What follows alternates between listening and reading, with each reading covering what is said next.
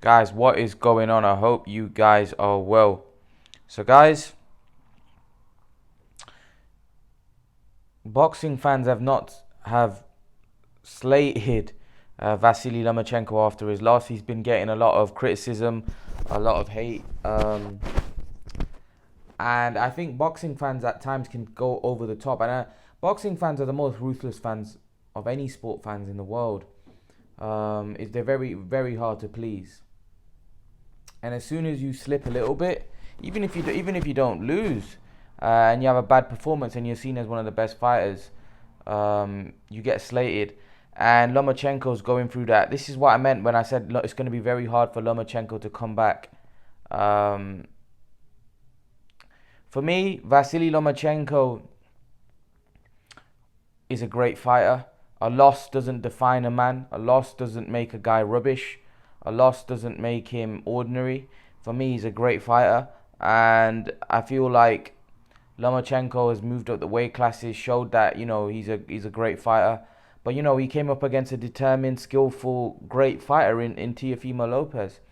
I do think he should have won the fight, and I do think he's capable of winning the fight. I think Teofimo Lopez's power got Lomachenko very hesitant early on in the fight. And I think Lomachenko should have potentially have taken more of a risk early on in that fight. I think after 2 or 3 rounds, you can't just let the fight drift like that and just think I'm gonna come on strong later on, because you're giving yourself a difficult task. Even with someone with the skill set of Lomachenko, a difficult task to do if you give away the first half of the fight. However, I think the problem with the boxing fans or the problem that the boxing fans had with Lomachenko's hype is the fact that, like I said in previous videos, that Lomachenko was being compared to like the best fighter since Ali. They were saying that he's better than Pacquiao, better than Mayweather. He would beat Pacquiao, beat Mayweather, and I think a lot of people didn't take kindly to that because they disagreed with it. And I think after seeing him lose, I know a lot of Manny Pacquiao fans were very happy that he lost. Just because of some of the comments that Lomachenko made, saying that Pacquiao's a has-been. I don't want to fight him because he's a has-been. And I just think these promoters that listen, they're trying to hype up their fighter, but sometimes the boxing fans, don't like to hear what the promoters like to say, because the promoters are just doing their job, trying to promote their fighter and trying to make out he's the next best thing since sliced bread. But a lot of the fight fans don't take kindly to that, because they feel like you're disrespecting some of the other great champions that are way better than guys like Lomachenko, like Mayweather, Pacquiao. Most of the boxing fans think that Mayweather or Pacquiao are way better than Lomachenko. Lomachenko was unique in the sense he did things in the ring that maybe we haven't seen before with his angles and stuff, but like I said, just because you're unique doesn't mean that you can't be beat. It doesn't mean, like for me, Nassim Hamed was unique, but he got beat by Barrera. And the thing is, like I said, that just because you're unique doesn't mean that you can't be beat, or you're the greatest ever. That doesn't really mean that. Mayweather, for example, he beat everybody. He didn't have the greatest style in the world in the sense that most exciting or fan pleasing, but he got the job done. Manny Pacquiao on the other hand moved up 8 weight classes. People talk about Manny Pacquiao's thickness, or his calves are massive. Yeah, I get that. He is got thick calves, but he's not a big guy. His frame's not big. Manny Pacquiao's frame's not big. Manny Pacquiao is just a freak of nature. Lomachenko's style, his explosiveness, he hasn't really got the skill set for me to move up many weight classes. Like he's at his end point now. He can't move up any more weight classes because he just doesn't have that style or that skill set to move up any more weight classes. Manny Pacquiao did. Manny Pacquiao had speed, right? And his movement was even at higher weight classes, he could cope, and even his chin was good. Whereas Lomachenko, skill set, yeah, his angles are great, but I think when you come up against a bigger, skillful man, I think he's going to struggle. Manny Pacquiao kept going through the weights, and it kind of like he didn't ever stop. But listen, in terms of putting Pacquiao Floyd aside, I think we all know they're greater fighters than Lomachenko. I think what we must look at is the fact that Lomachenko is a great fighter. Lomachenko's achieved a lot, but at the end of the day, you know, he just got beat by a quality operator in Teofimo Lopez. The fight was a close fight as well. It wasn't as if Lomachenko was totally outclassed. He was outclassed in certain points in the fight, but it was a close fight. You know, he wasn't totally dominated and beat up, and you know, it wasn't a Fury Wilder. You know, it was a good competitive matchup that the young man that was determined, that was skilled, beat Lomachenko. You know, I predicted Lomachenko would stop Lopez, but Lopez proved me wrong, and he proved many people wrong. You know, and you got to give Lopez credit, not hate Lomachenko, because Lomachenko got beat by a very great young fighter. So I think at the same time I was very critical of Lomachenko, probably because I was like, he lost, and I was expecting him to win. But at the same time, you just got to give Teofimo Lopez credit and take your hat off to him, because the guy put in a great performance. Lomachenko was beaten. So moving on, they also announced Brook Crawford. Brook Crawford has been announced. I made a video that why hasn't this officially been announced? We now know maybe they were waiting for the Lomachenko and Lopez fight to announce it. So now it has officially been announced, and Kell Brook will be taking on Terence Crawford November 14th. And I wish Kell Brook all the best.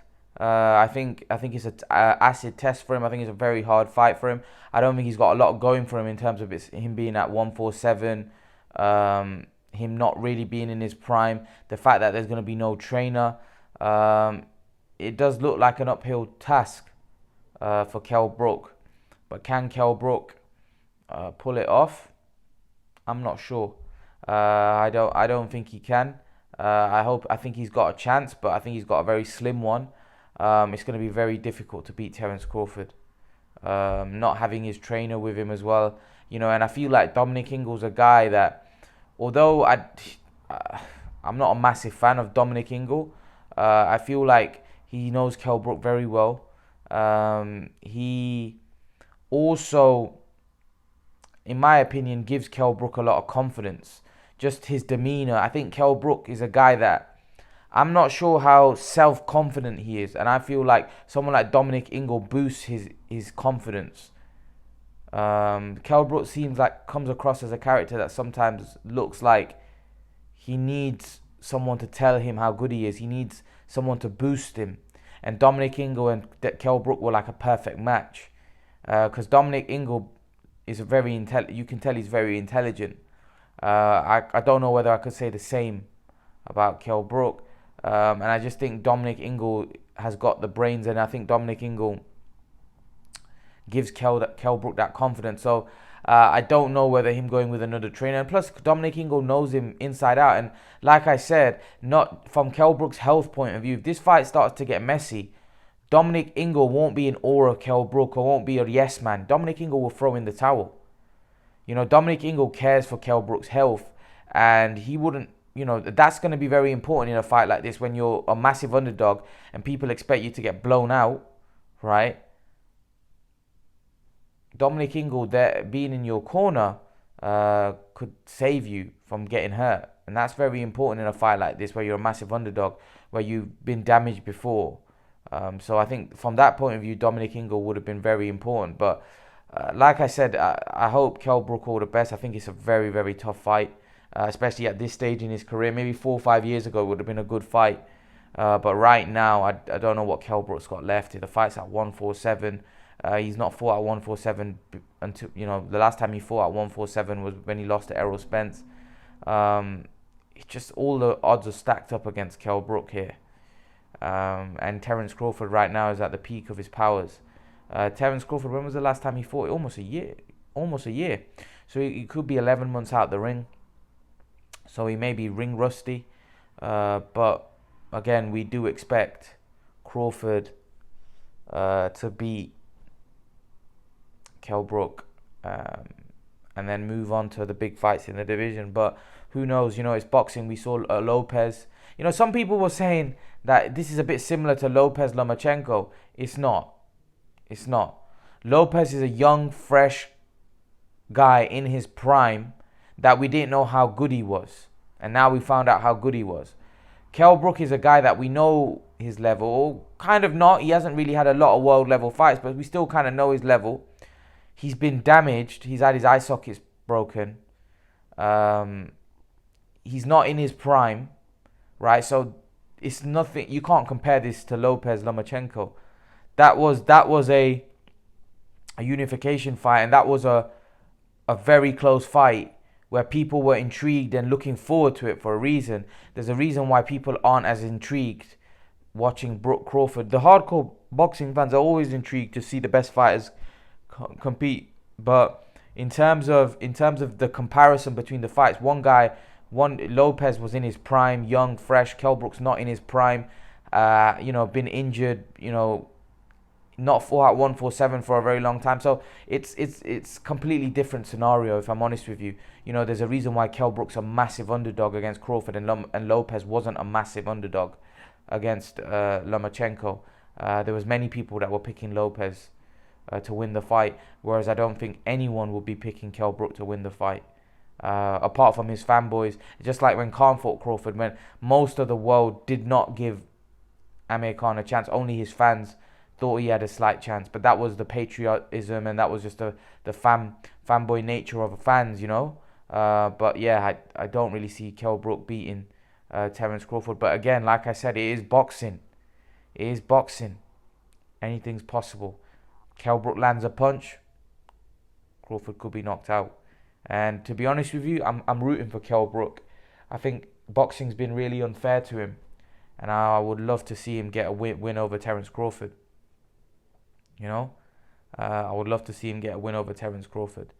But again, you've got to be realistic. And Crawford, he's got the bit between his teeth right now, and he wants to do some serious damage. And like I said, I hope we get a great fight. I hope we get a good fight.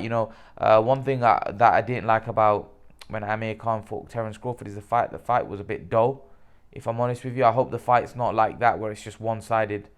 I hope it's a quality matchup from round 1 to whenever it lasts, or if it goes the full 12 rounds. I hope it's not a one-sided affair, because that wouldn't do anything good for Kell Brook's career. Or when I mean it wouldn't do anything, Kell Brook would just, I don't know. I just like to see Kell Brook put in a good performance. I just like to see him put in a quality performance. I'm not sure whether he's got it at this point in his career, but like I said, I'd like to see him put in a great performance, and hope he can pull off the win.